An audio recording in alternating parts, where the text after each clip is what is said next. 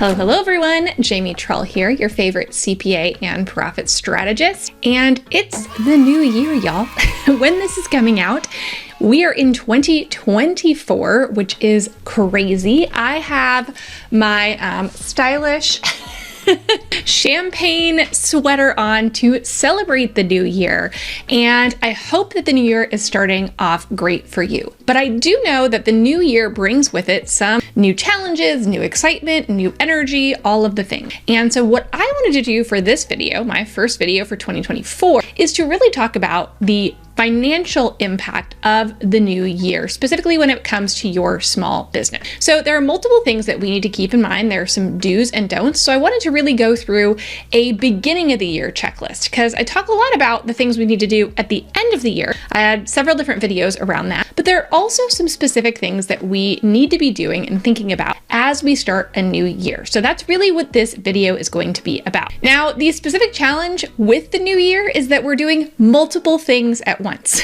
The great thing about the end of the year is we're really just focused on that year. But when we walk into a new year, we are kind of in this strange zone where we are still kind of closing out last year, finishing off things from last year, and trying to get started for the new year and using some of that fresh energy to hopefully propel us forward to our goals in this year. And that tends to be a little bit more fun, right? We get to think ahead, we get to do some planning, we get to do some dreaming, and I love all of that. But it's hard to hold both of those things at once when we're trying to do all the little things to get last year tied up while we're still also wanting to really just kind of close the chapter and move ahead. Taxes, unfortunately, doesn't specifically let us do that. So we're going to talk about both aspects of this. So the three different things that we're going to talk about today that you're probably thinking about in January or right around the beginning of a new year are the tasks we need to do to close out last year, right? What do we need to do to make sure that we are done and dusted and getting everything done for last year?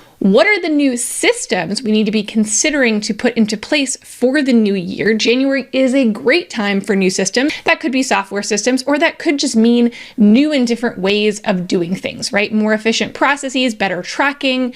This is a great time to start that. Your future self a year from now will thank you for any of those new systems you put in place now. And then also, like I said, we're also looking forward to the year ahead. So in this case, planning 2024, but next year, planning 2025, right? It's kind of this rolling thing where we're looking ahead as well. So that is all happening within the month of January.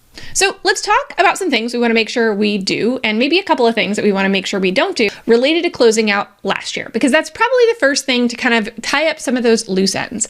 And depending on how good you've been at keeping up with your records or whether you have help from a bookkeeper, right? The first thing is to figure out, okay, what do I need to do? Make a game plan for getting your financials in order for the year. If you have not looked at your QuickBooks file since February of last year, there's probably a little bit of work to be done there in order to get things ready. And you do probably want to do that in January, in part because taxes are coming up quickly. In second part, because you might have things like 1099s and other things that you might need to be filing at the end of January, and you might need to have your records updated so that you know exactly what you need to be doing and who you need to be sending 1099s to. Right? So that is another reason it's a really good idea to go ahead and clean this up early, not wait till April. But the other reason to go ahead and get last year closed out is that we can use that information then to guide us when we get to setting those new goals for this year. Okay, so it's really hard to set accurate goals if we don't even know what we did last year. If we're not sure what our profit really was for last year, it's going to be very difficult to make our game plan for the new year. So we can't just switch it and forget about that piece. The quicker we can get those loose ends tied up, the better. Now, if you are that person that I mentioned, no shame at all, but maybe you started QuickBooks and you haven't touched it since last February, or maybe you don't have a system at all for bookkeeping. Don't worry, it's not too late, but you're probably going to want to get some help at this point. Most bookkeepers that I have talked to, this is one of of my don'ts. Most bookkeepers that I've talked to say it is better for them to just take it over, right? Hand it over to somebody who knows this stuff, who can do the compliance piece for you. Compliance being the stuff that you have to do, right? So that you can focus on the things that only you can do, the more strategic CFO level tasks for your business, the decisions you need to be making. But spending a whole bunch of time trying to clean things up in QuickBooks might actually make things worse. So oftentimes it's best to just outsource that if you can. It can be very much worthwhile to go ahead and do that, get it off your plate and stop thinking about it. That is one of my very much recommended do's, because if you're able to get the compliance tasks, right, the tax work, the bookkeeping work, all of that off of your desk, then you're going to have more capacity to do the higher level strategic work that your business is going to thank you for. So as you're closing out last year, just make sure that you're doing all the tasks you need to do, getting everything into whatever software or spreadsheet that you plan to use. You want to have a profit and loss statement that you can use for taxes. You also want to have that profit and loss that you can use to understand how your business truly performed last year. So just make sure that you get that up and running. If you need help with that, I have some resources linked down below. For example, if you haven't been tracking at all this year, I have a P&L template that is fabulous for that. So definitely just check out those different resources depending on where you're at. And I also have a list of preferred vendors. I am not a service worker. I do not do any type of bookkeeping. However, I do know people that do and are fabulous. So if you need that help, definitely get in there early, because bookkeepers do really book up this time of year. This is a very, very busy time of year for them. So the earlier you get with them, the better. But I do have some great recommendations if you're needing help in that area. Now, importantly, before we move on to some of the other things we're going to talk about, when you're closing out the year, make sure to spend some time with those reports, with that information.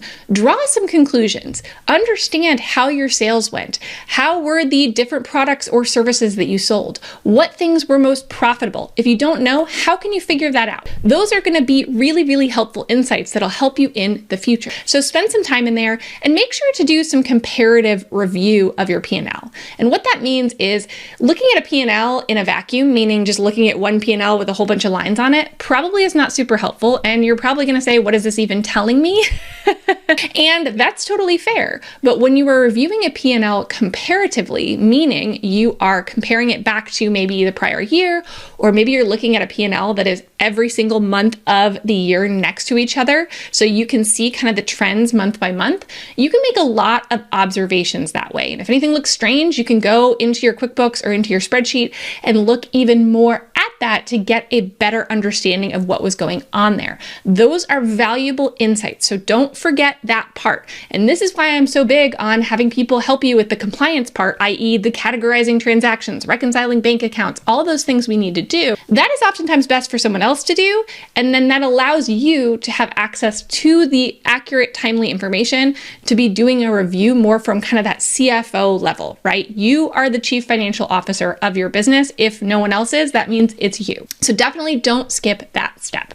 Now, the second thing to be doing at the beginning of the year is really thinking about new systems that you want to put in place. And I did an entire video talking about this. So I was talking about things like a new accounting system, or perhaps like a new bank account that you want to open a business bank account, right? Or maybe you're ready to switch payroll systems. That's easiest to do at the beginning of the year. Yes, you can do it whenever during the year you want to, but a lot of these systems are easiest to put in place from the beginning of the year. It's just going to be less complication. And I don't know about you, but I'm a big fan of less complication. I like clean starts. So that is a great thing to be thinking about in January. What changes do you need to make to the systems you currently have? What's not working? What needs to change? Do it now. Okay, so go check out that other video that I did. It was from a couple of weeks ago on my channel, and you'll see a little bit more about some of the recommendations that I have around system changes, specifically at the beginning of the year. And now, once we have thought about all of those things, it's time to get to the fun part. The third thing we really need to be doing at the beginning of a new year is starting to plan, to dream, to think about where we're going in this new year. Where do we want to go with our business? What goals do we want to set for our business? And what I don't mean here, right? And you can do this if you want to, but a lot of times we get caught up in the vanity numbers, right? And oftentimes it says, well, I want my business to hit $1 million revenue this year, or maybe it's 5 million, or whatever it is. Maybe it's 100,000. Oftentimes they're these round numbers. They're what I call vanity numbers, right? They're numbers that make us feel good, but what do they really mean?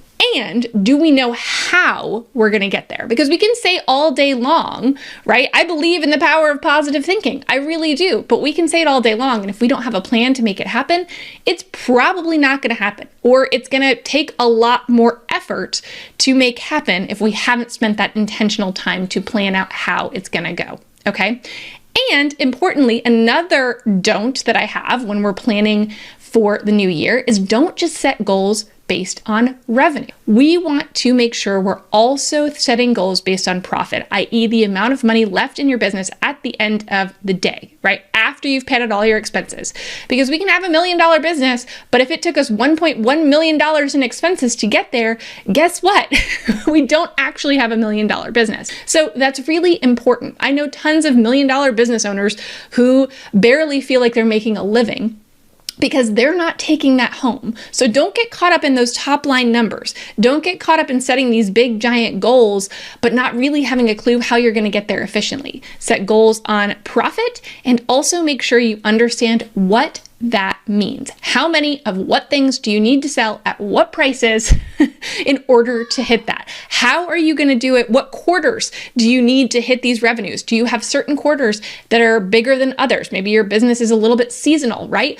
What does that mean as far as what you need to take in Q1 versus Q2 versus Q3? Think about that and plan for that and get really, really specific, because that's going to help you know, okay, this quarter I need to hit X in order to stay on target to hit my goals. Okay, this quarter I need to do Y, and then make sure that you're assessing it going forward so that if you're off target, you can make some adjustments to get back on target, right? That's part of the reason we want to not be worrying about the compliance work and not putting that off until the end of the year, because then we're not going to have access to even be able to see if we're reaching our goals. If we don't have an accurate P&L that we have access to, how do we even know what our profit truly is at the end of the day? Those are things we need to be thinking about at the beginning of the year. And we need to spend some time to do this and get really intentional. I know that there's all these to-dos, especially in the beginning of the year, all these fire drills, things that are coming up, things we need to deal with, right? All these things in our business. But we've got to take some time to really work on our business, to be in that strategic capacity. That is going to be the best time you spend all year long, because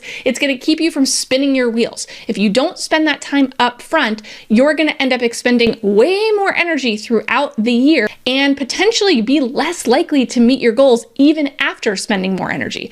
It's about planning, which helps you work smarter, not harder. We need to plan that out. We need to plan for cash flow. We need to think about what investments we want to make back into our business, right, to help it grow. We want to really get clear on what our priorities for the year are and plan out how we're going to make those things happen. Clearly, I am a little bit jazzed up about planning.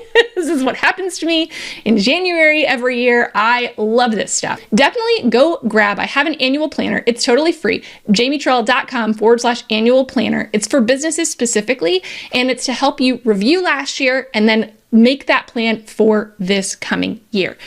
And in this year, if you're watching this in 2024, the very beginning of 2024, we are having an annual planning meeting I want to invite you to. So if you go download that annual planner, you will get an invitation to the annual planning meeting, and you will be able to join us. It's a 2-hour workshop that I'm going to be leading on January 18th. And yes, there will be a replay if you can't make it live, but I will be leading a workshop where we will go through this planner in more detail and where we will work together to figure out where we're going in the new year. Again, this can be some of the most beneficial time that you will spend in your entire business for the year. Just make the time for it, right? It's so critical for us to make the time for things that are important and don't let all the urgent things get in the way of spending time on the things that are important. Because what happens when you do that is that more urgent things are going to happen because we didn't spend the time intentionally planning. And then we're constantly getting into the cycle of just fighting fires. right? You know what I mean. We have all been there in our business. So let's take a step back. Let's try to work smarter, not harder. Let's get really intentional about where we're going with our business finances this year. Definitely grab the annual planner, and then hopefully you'll also join me in our planning workshop that is coming up really soon. So very excited. Again, check out all the resources below if you're trying to get things organized for last year, if you're trying to start planning for this year. We have tons and tons of resources for you. So check all of those out, and I will see you on our next video. Bye for now.